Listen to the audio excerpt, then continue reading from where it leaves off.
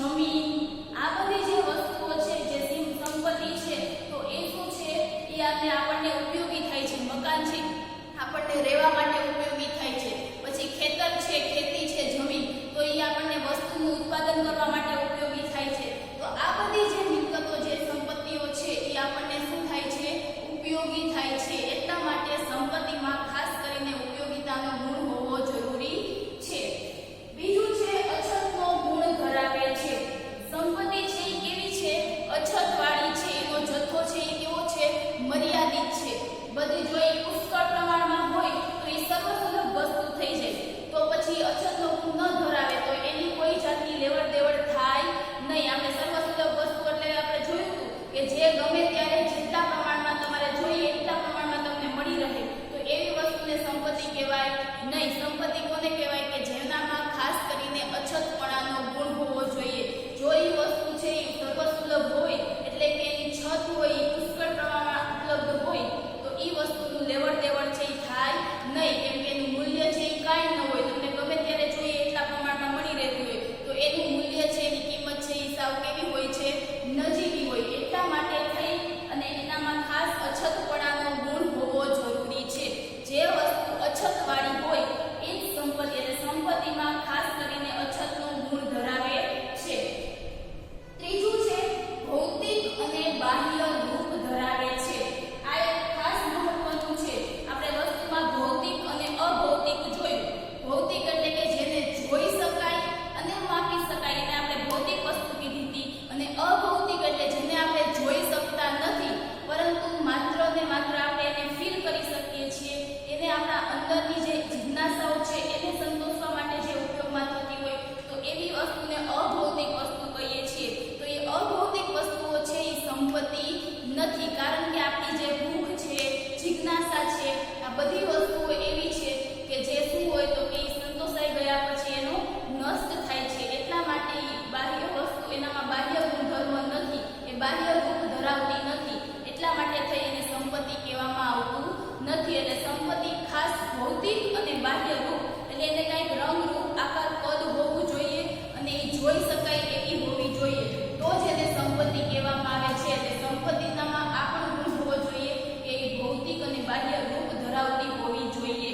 આપણી જે માણસ શિક્ષકનું જે શિક્ષણ છે, વકીલની જે સેવા છે, ડોક્ટરની જે સેવા છે, તો એ બધી વસ્તુઓને સંપત્તિ કહેવાય નહીં. એ બધી વસ્તુઓ છે એ કેવી છે, અભૌતિક વસ્તુઓ છે. જે માણસની, જેની આપણે શિક્ષણનું, જે મારામાં જે